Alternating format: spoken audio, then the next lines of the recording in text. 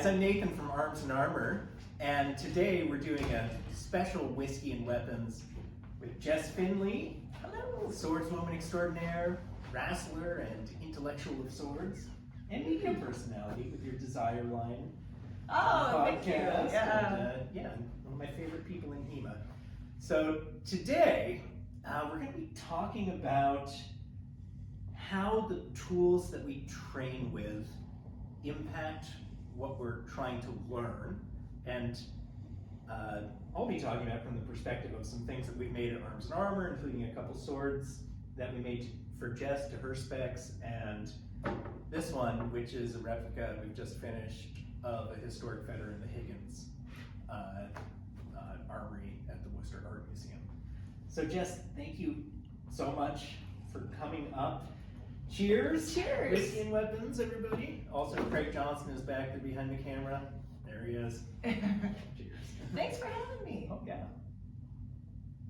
So, these swords that you commissioned from us are a little different from our normal training swords. Can you kind of explain what you wanted and what you were going for? Yeah, so a number of years ago, I got to go to Switzerland, and while I was there, I had the great fortune to go with Daniel Jacquet into one of the museums there in Switzerland, and they took me into the back where they had an original fetter. And I was blown away with how very different it was to our training weapons, right? That we think of colloquially as fetters. And I was like, oh, our fetters aren't fetters, right? At least they're not this fetter. Yeah. And one of the biggest things to me was that it was so incredibly flexible past the midpoint of the blade. Not that I was allowed to flex it or anything, right? But just stupid antiquities, right? But just by holding it, I could see it bowing under its own weight, and I could see that it was, in the German system we talk about strong and weak. Yeah. The weak of this blade was weak, and so I found that fascinating. And so that got me thinking about how I would want to have that in a training weapon, combined with more recently a lot of the research coming out about traumatic brain injuries. Sure, yeah. And going, boy, eating a thrust and getting pezzed back sucks so bad. Sure. I would like to minimize that happening to myself and my training partners. And boy, the historical training weapon might solve that problem. Yeah. And so that's why I got in contact with y'all and threw out this idea of maybe coming up with your standard blade, which I love, but adding that flexibility to it. And then I also requested a shorter handle. And that's because my focus on the earlier stuff means I want to be able to wield it one-handed on horse. Sure. So I didn't want the big long handle that's on like this feather, on the 16th right? century. Exactly. And so I then imagined it, what if I had that blade quality but in a 15th century proportion? And what would that be? And that's what you guys created for me. Yeah, so how have they worked out for you? Oh my God, I love them. I love them. Yeah, I can use them one-handed with a buckler. I can use them on the horse. They've been wonderful in class, both for drilling and sparring, and I've been taking them with me on the road, and everyone that's seen them loves them. Sure. So make more. Well, people want us to. Yeah, it's been fascinating, right? Yeah. Because these training swords were sporting equipment for certain kinds of games, but mostly in the 16th century. Right. When we look at, Bockenmeyer and the Fechtschwers in Germany, these are people who are training to sword fight, but they're also playing a game. Yeah. Right? And this game has particular rules that are different than our rules today. For some reason, people just don't like being cut. Right. with a essentially Speak for sword, yourself. right?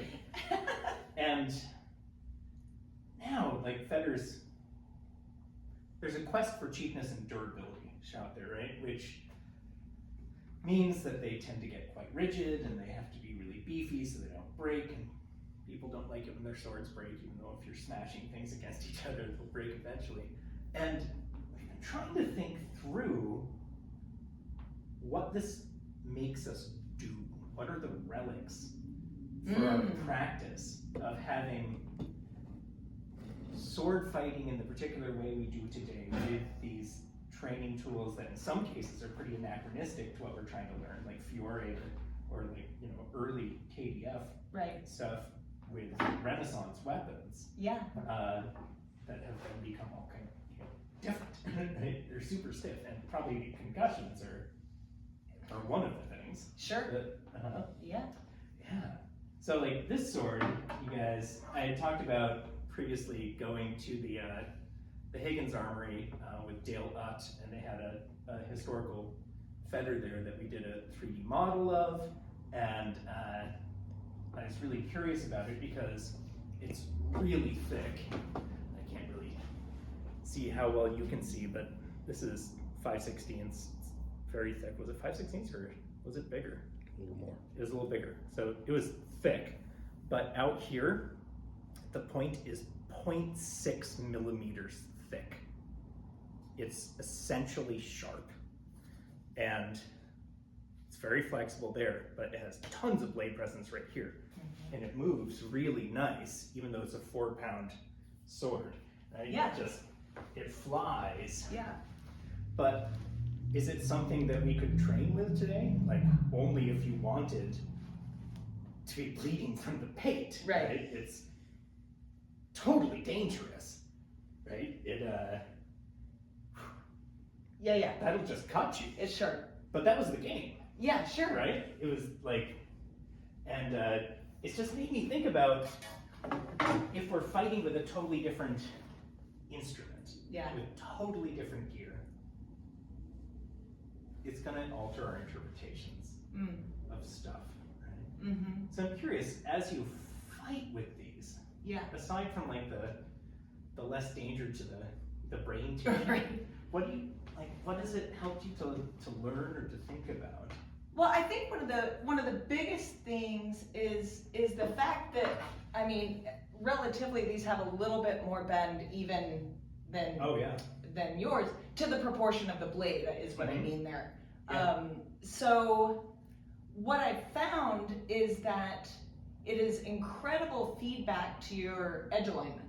Oh, sure. You absolutely know if your flat is engaged, right? Oh, yeah.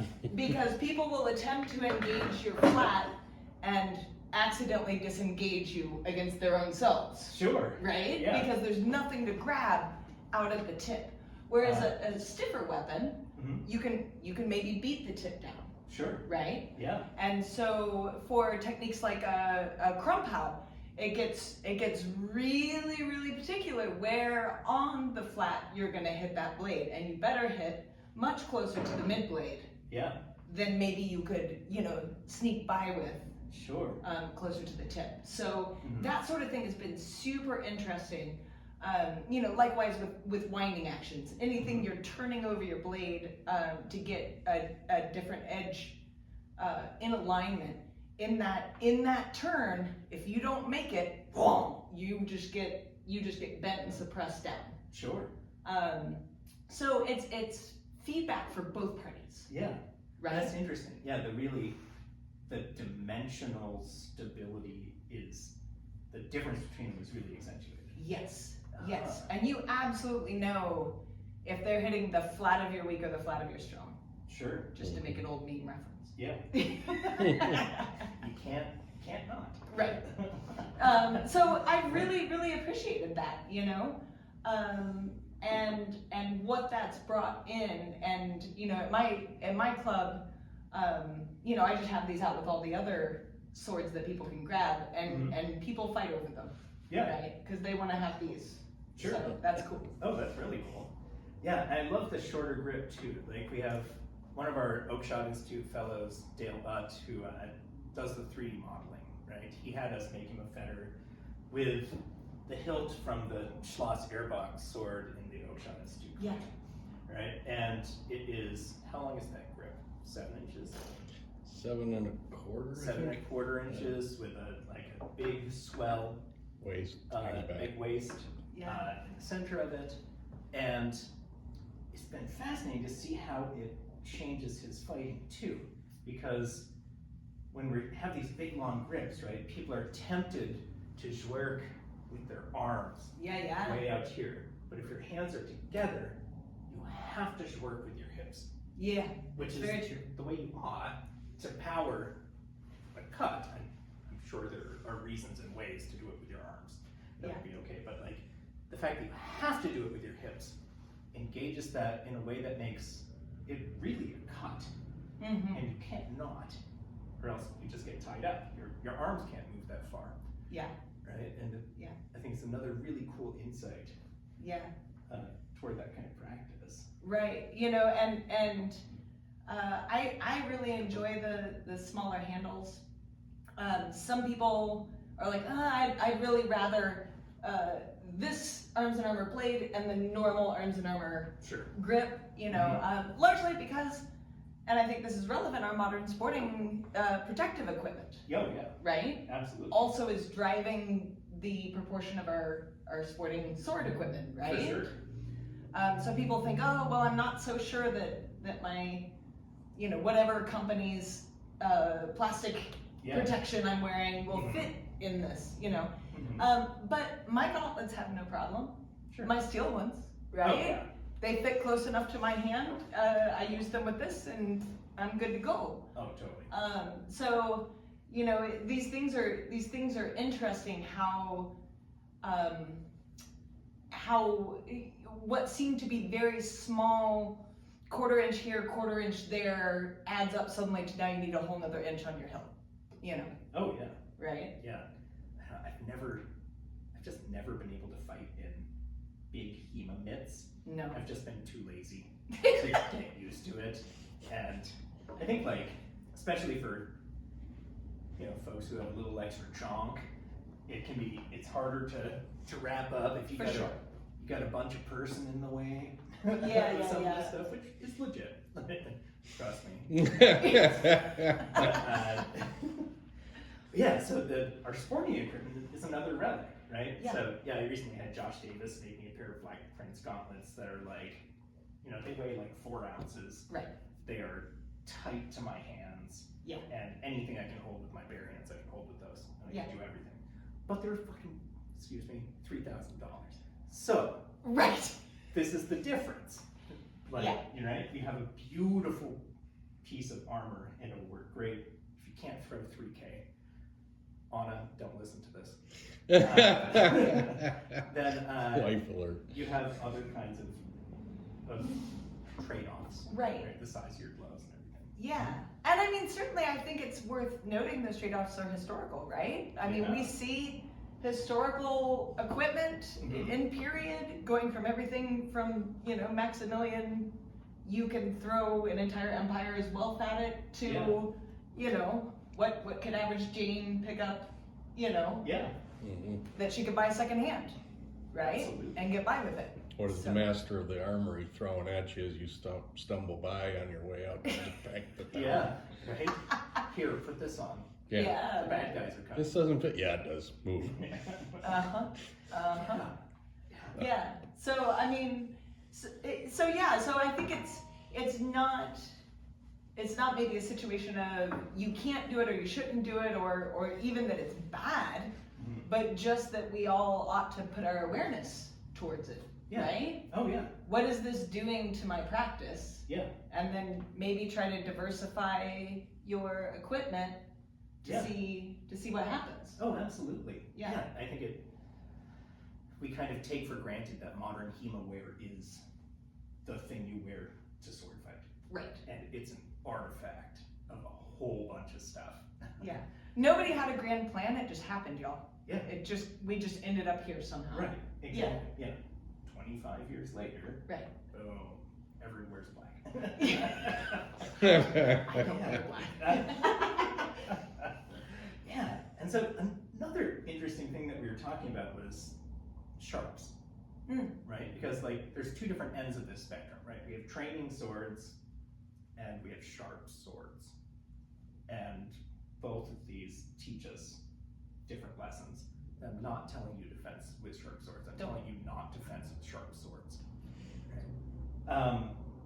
But if you very carefully, with people who are skilled and you trust, do some experimentation with sharp swords, this is on your head. don't get hurt.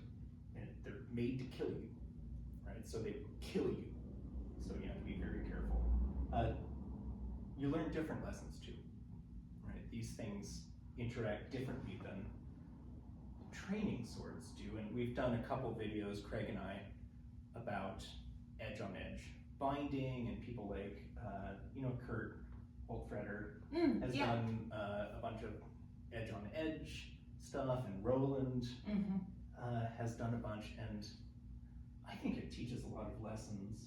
And you were saying that you had done some with one of these swords. Yeah. What do you think that you can learn from the interactions of sharp on sharp swords? Yeah, well, I mean, I think it kind of comes in, the way I've tried to describe it is that oftentimes when we especially put all of our protective equipment on and then use a fetter, is almost like trying to read Braille while wearing mittens, right? Yeah. You know something's there, but it's fuzzy and picking up the detail is difficult, right? It isn't as fine-tuned.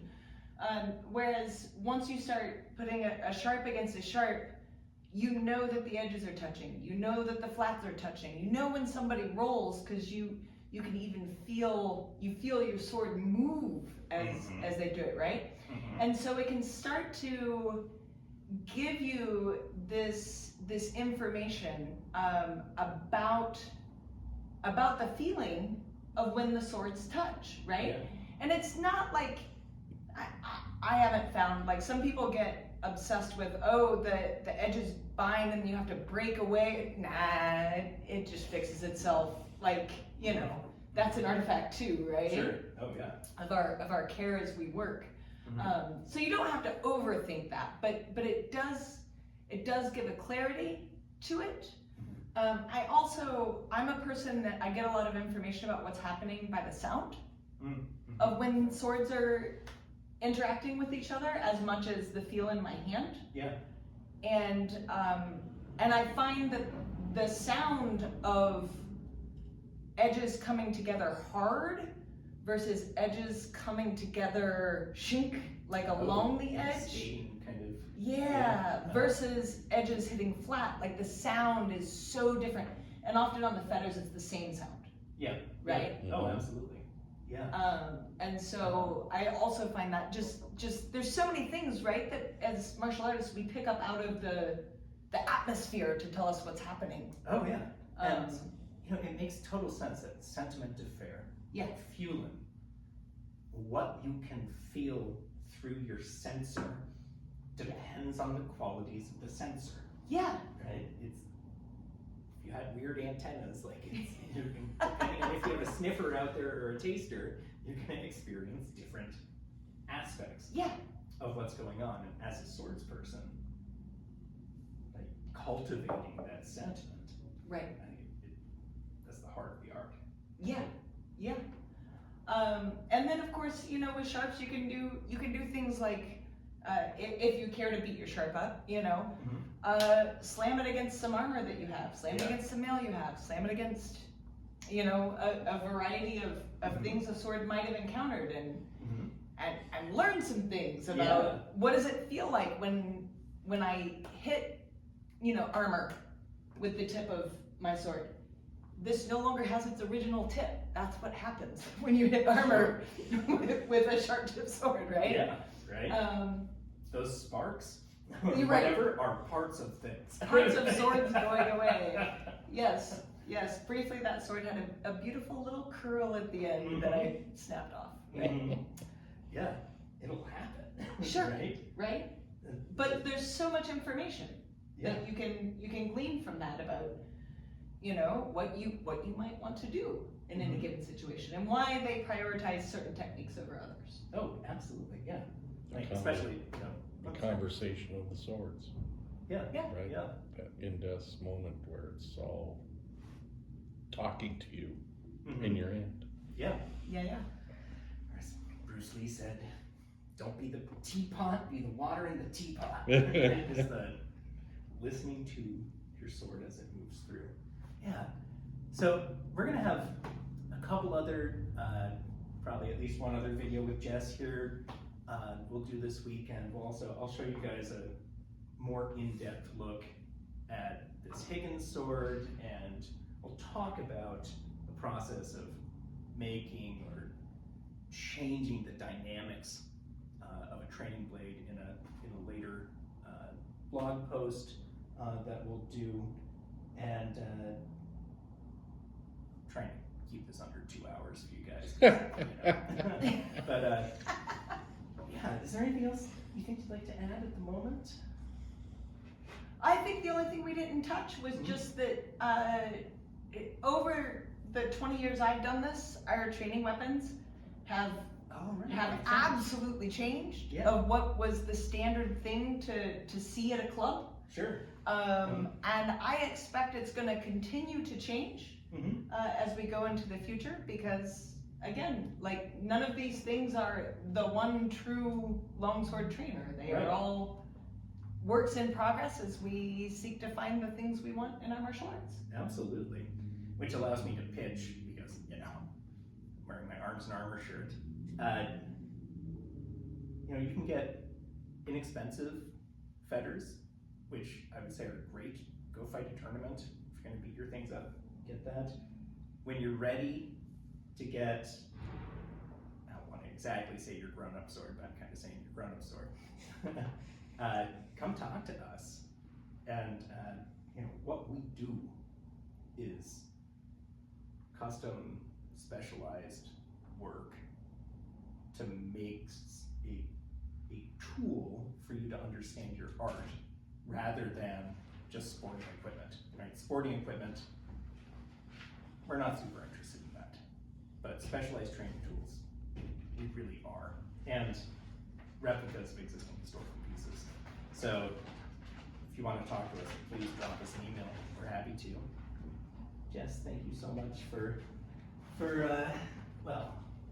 being our customer over the years, but also for coming and talking to us. Thanks so much. Cheers. Cheers.